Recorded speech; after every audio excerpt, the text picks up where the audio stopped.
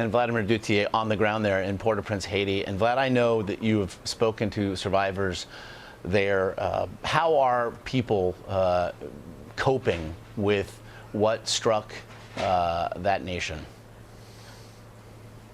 Josh, you know, it's always tragic to come back here to Haiti for circumstances like these. The people in Jeremy are struggling. They are suffering. The most difficult part of our reporting, and when it really came home for us, is as we were touring one of the many destroyed villages in the Jeremy area, dozens of people, dozens of survivors surrounded me, and they asked me to write their names in my reporter's notebook, and I wrote them down. Bernard Chapoulier, Sonia Vendredi, Celise Alizé, Madame Vidal, all of them saying to me, please don't forget about us. Please remember that we're here, and don't forget about us. And that was really tough for all of us, because this was the only sign of their existence in their minds for the rest of the world to know about them. But the other flip side of that, Josh, is we were talking to one of the nurses that's been treating some of the people who have survived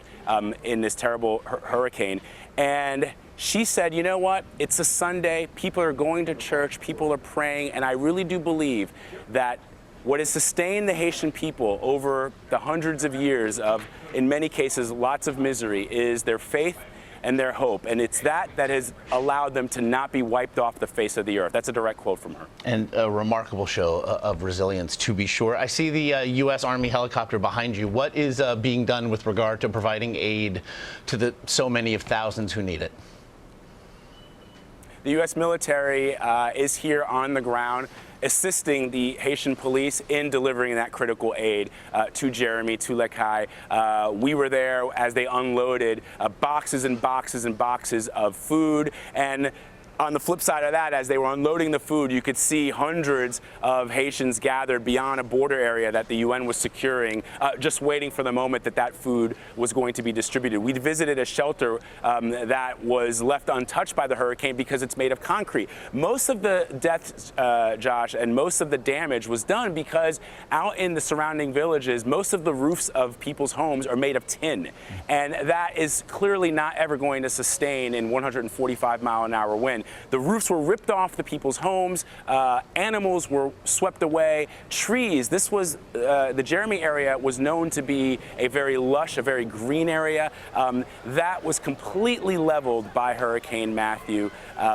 You know, the trees themselves, Josh, became missiles that hurled into people's homes and hurled into the bodies of people. The coconuts that fell from those trees became like cannonballs. That's how people died. Yet they're waiting for this aid.